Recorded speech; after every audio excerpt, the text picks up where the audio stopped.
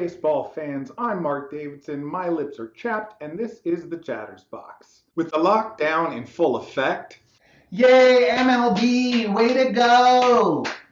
I figured this was as good a time as any to make an easily digestible, YouTube-friendly list of the top 10 players in baseball. Now, this isn't a personal opinions list, this isn't my top 10, nor is it a look ahead towards who will be the top 10 players for the 2022 season. Instead, I've simply found the WAR totals for each player's last 162 games played, or 32 games started for pitchers, and sorted by WAR. So that means I'm not just looking at 2021. No, in fact, I'll go as far back as I need. For example, a really good player who doesn't make this list, Alex Bregman, played 91 games in 21, 42 games in 2020, so I went back to August 28th of 2019 to obtain Alex Bregman's 162 game numbers.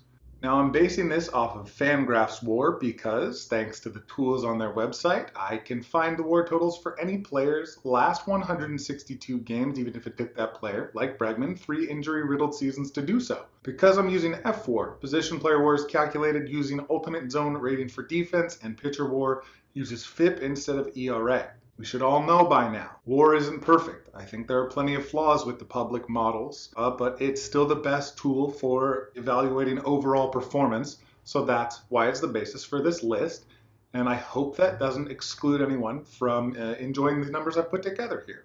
Got it? Great!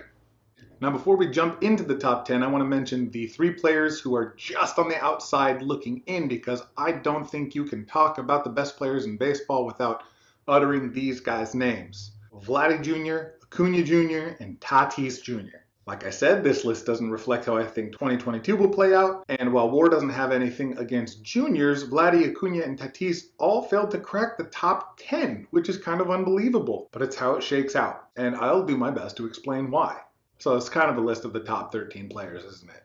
Number 13, Vladimir Guerrero Jr. Those are Vladdy's numbers over his last 162, and that 166 WRC plus is tied with Juan Soto for the 3rd highest mark in baseball, and his 1004 OPS is one of only 4 OPSs to start with a 1. Vladdy's bat truly is messianic. So, how does Vladdy miss out on the top 10? Well, WAR punishes players for playing first base. It's a position low on the defensive spectrum. If a player played first base every inning of every game, they'd be docked 1.25 WAR. So even though Vladdy was above average last year per UZR, the positional adjustment docks him about 1.1 WAR. He also, and this goes without saying, is a subpar base runner. All in all, he lost about 1.3 WAR from his total because of the position he plays and his base running. It is extraordinarily difficult for first basemen to crack the 7 WAR threshold. Only Votto and Goldschmidt were able to achieve the feat this past decade, but Vladdy came close, and ultimately he lands in the number 13 spot. Number 12, Ronald Acuna Jr.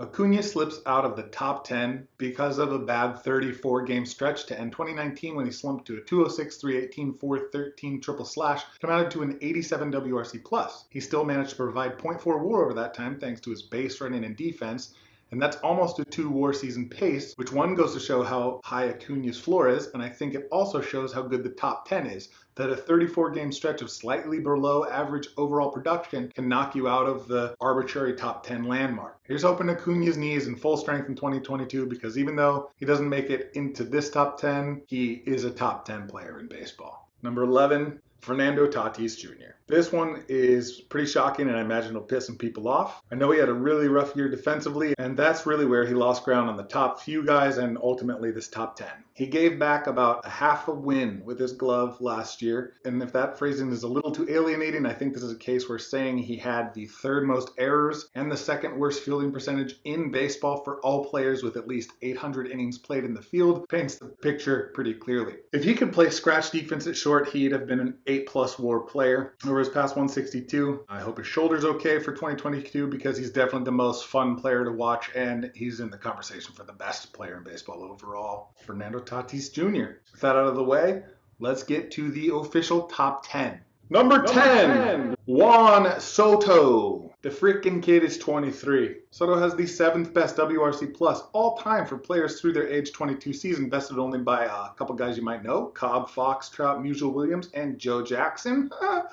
He's so freaking great because he walks a ton, doesn't strike out, and hits for power. In fact, his walk-to-K ratio is 1.56 during his age 22 season, and that mark makes him the only player besides Albert Pujols to have a walk-to-K rate over 1 and an ISO over 220 in their age 22 season since 1960. Soto had a down year in terms of his power output last year, although if you break his season up into pre- and post-All-Star break, his theory that he fixed his power stroke in the home run derby, it's correct. Pre-All-Star break, Soto hit 283, 407, 445. That's a 162 ISO and a 128 WRC+. Post-All-Star break, he ripped a freaking 348, 525, 639 with a 291 ISO. Somehow that's only a 199 WRC+ over that time, which is 2 points less than his 2020 mark of 201 when he slashed 351, 496, 95. You see those numbers, and it's no wonder that the whispers of Soto overtaking Trout as the best hitter in baseball have gotten louder, and now seems like an eventuality that could come as soon as 2022, if you believe it hasn't happened already. Juan Soto is the hitter you would create in a lab. He's probably not ever going to win a Gold Glove, and he's not shown much in the way of base running prowess, though he does add double-digit steals every year, but his bat ensures he's at least a 6 to 6.5 WAR player for the foreseeable future.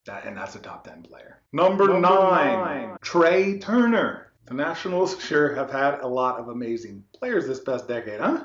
Well, the hellacious speedster Trey Turner is up there, and he's been even better than you probably knew over his last 162 games. The current Dodgers shortstop has hit over 290 and ISO'd over 200 in each of the last 3 years.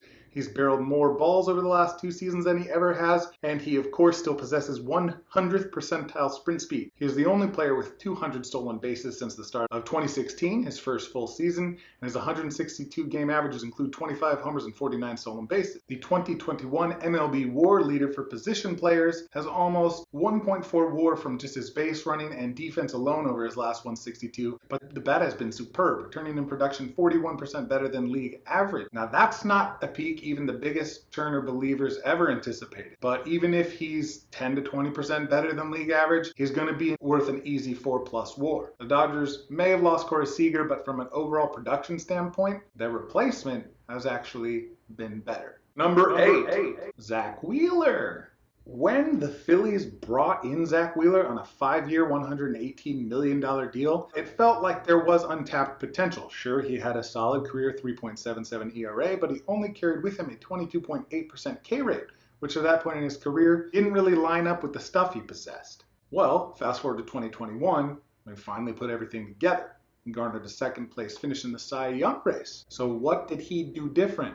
He threw harder than ever before. He threw with more extension than ever before. He drastically reduced the usage of his sinker in 2 strike counts, which led to a lot more strikeouts.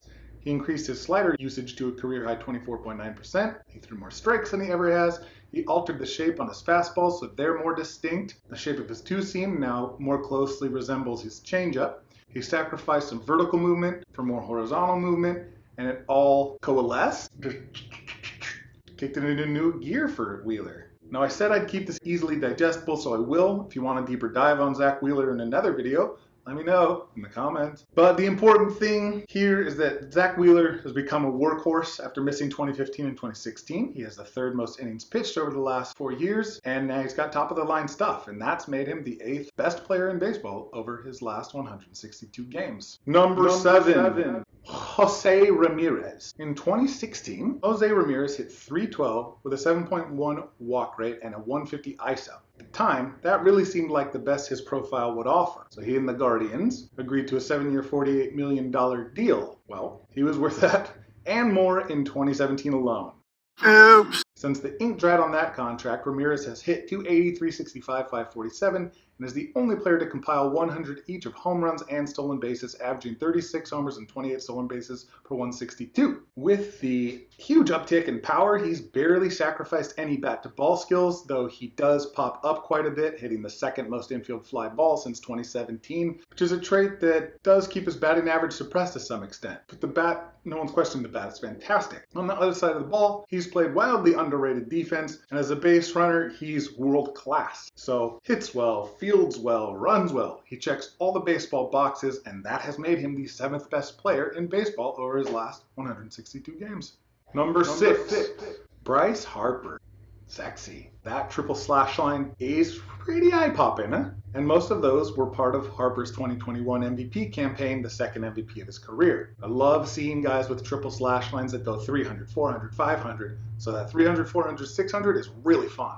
Harper was so hyped from the time he was 15 or 16 that it made him really underrated for a couple years. Well, he's kept his health intact the last 4 seasons, got the strikeout problem under control that plagued him in 2018 and 2019, and he fills up every bit of the offensive stat sheet like he's doing a color by number. Harper by WRC Plus has been the second best hitter in baseball over the last 162, and that's really been enough to make him the 6th best overall player. Number 5. Byron Buxton. Bam, Byron. So this is a really fun and surprise inclusion for this list. You have to go back to 2019 to gather 162 games for Buxton, as he's only appeared in 48.7% of the Twins' games over the last 3 years. But yeah, when he's on the field, look out. His early career struggles plus his health problems have really made it feel like we're still waiting on the former #1 overall prospect to deliver on his otherworldly tools. But a look at the stats he's accumulated over his past 162 games shows he already has. Buxton's incomparable base running and defensive skill set has always given him such a high floor that even if he was 10 to 15% worse than the league average hitter, he was always going to be worth 3 to 4 wins. Well, he's been 40% better than the league average hitter recently, and that's made him the 7.5 WAR monster you see here, and the 5th best overall player in baseball over his last 162 games. Realistically, he's probably in the range of 10 to 25% better than the league average hitter moving forward because of his subpar plate discipline, but that's still a 5 to 6 WAR player if he can stay healthy. Byron Buxton. Number 4. Corbin Burnes. So I'm going to say what I said about Burnes when I talked about him during the Cy Young portion of my first offseason recap. You know the deal. Burnes added a cutter from hell in 2020 that he used 31.4% of the time, and then upped that usage to 52.2% of the time in 2021, cutting his four-seam usage down to just above 10%. He threw this cutter 2.3 miles an hour harder in 2021 than he did in 2020, so I guess that's something you can do. Cutter sat 95.3, which represents the 3rd fastest mark in Major League Baseball for anyone who threw at least 10 cutters. In this regard, he was bested only by Emmanuel Clase and Brusdar Graterol, literally the 2 hardest throwing relievers in baseball. The starter with the 2nd highest velo for a cutter was Nathan Eovaldi at 92.7. Barnes' cutter is a real outlier and moves 54% more horizontally than the average cutter. His slider moves 92% more horizontally than the average slider, while his changeup, though average in terms of movement, plays up as it appears to diverge that much more from his cutting pitches. Meanwhile, his fastball sits almost 97, his cutter sits a few ticks over 95, his curveball is right around 81. He has so many weapons to get you out with, whether it's divergent movement or huge velo gaps. He's just a nasty, nasty boy, and the 4th most productive player in baseball over the last 162, according to Fangraphs WAR. Number 3. Shohei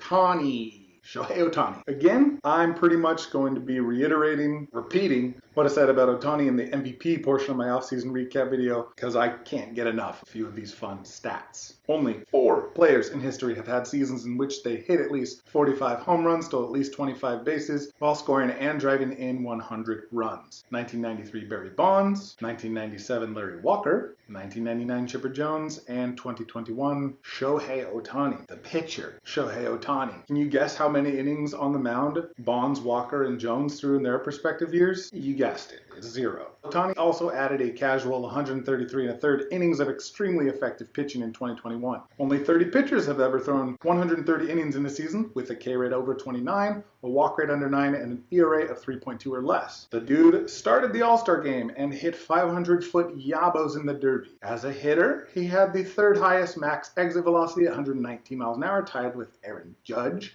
He trailed only Fernando Tatis Jr. in barrels per plate appearance. He had 91st percentile sprint speed, identical marks as Randy Arozarena. He hit the 8th longest home run in baseball. And he threw 95.7 miles an hour on average, basically the same as Corbin Burnes and Charlie Morton. I think it's the best baseball season ever, and I don't think we'll ever see anything like it again, though he's probably still a 6+ WAR player moving forward. Just be happy you're alive at the same time Ohtani is playing Major League Baseball, and try not to take it for granted.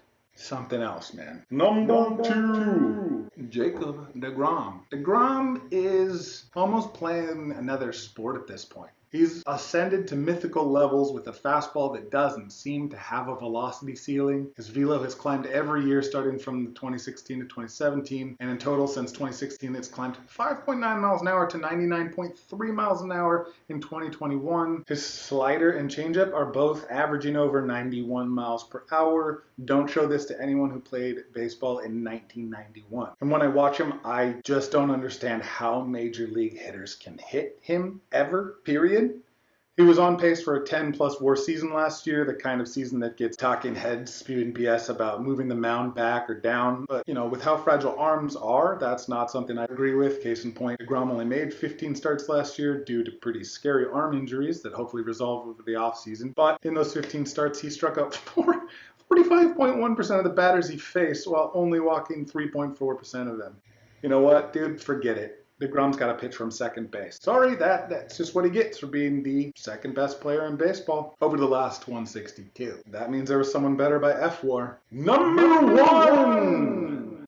It's Michael Nelson Trout. The Melville Meteor still reigns burrito supreme. Are you bored or surprised by this? Even though I knew how good he's been with the bat and on the bases, I was a little surprised and a little relieved. Phew! I know Trout's dominance won't last forever, but for now, everything is right as it is. I know it won't last forever because 1, Father Time is undefeated. 2, probably going to be bumped to left field once Brandon Marsh comes up for good. And 3, the days of aggressive base running and swiping 20 bags are probably behind him, not because he can't. He's got 96 percentile sprint speed, but it's an effort to keep him healthy. Like Buxton, I had to go all the way back to 2019 to compile 162 game numbers for Trout, and that sucks. Hopefully he can stay on the field this year because despite averaging 48 home runs per 162 since the start of 2017, he's only topped 40 home runs once, as he's only appeared in 67.4% of the Angels games over that span. He had a 1090 OPS last year in 36 games. His career OPS doesn't even start with a decimal point anymore. And, while he hasn't been on the field much in recent years, the potency in his bat hasn't waned. His OPS from 2019 to 2021 is higher than his OPS over the 3 years before that, which was a higher mark than the 3 years before that, and so on. StatCast numbers are still Mike Trout red.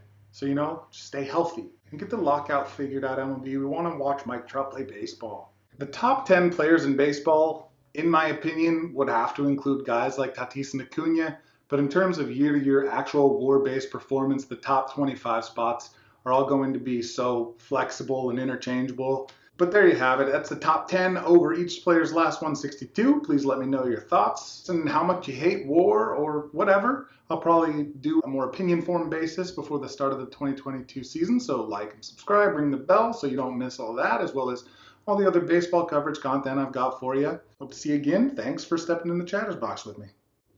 Baseball? Baseball.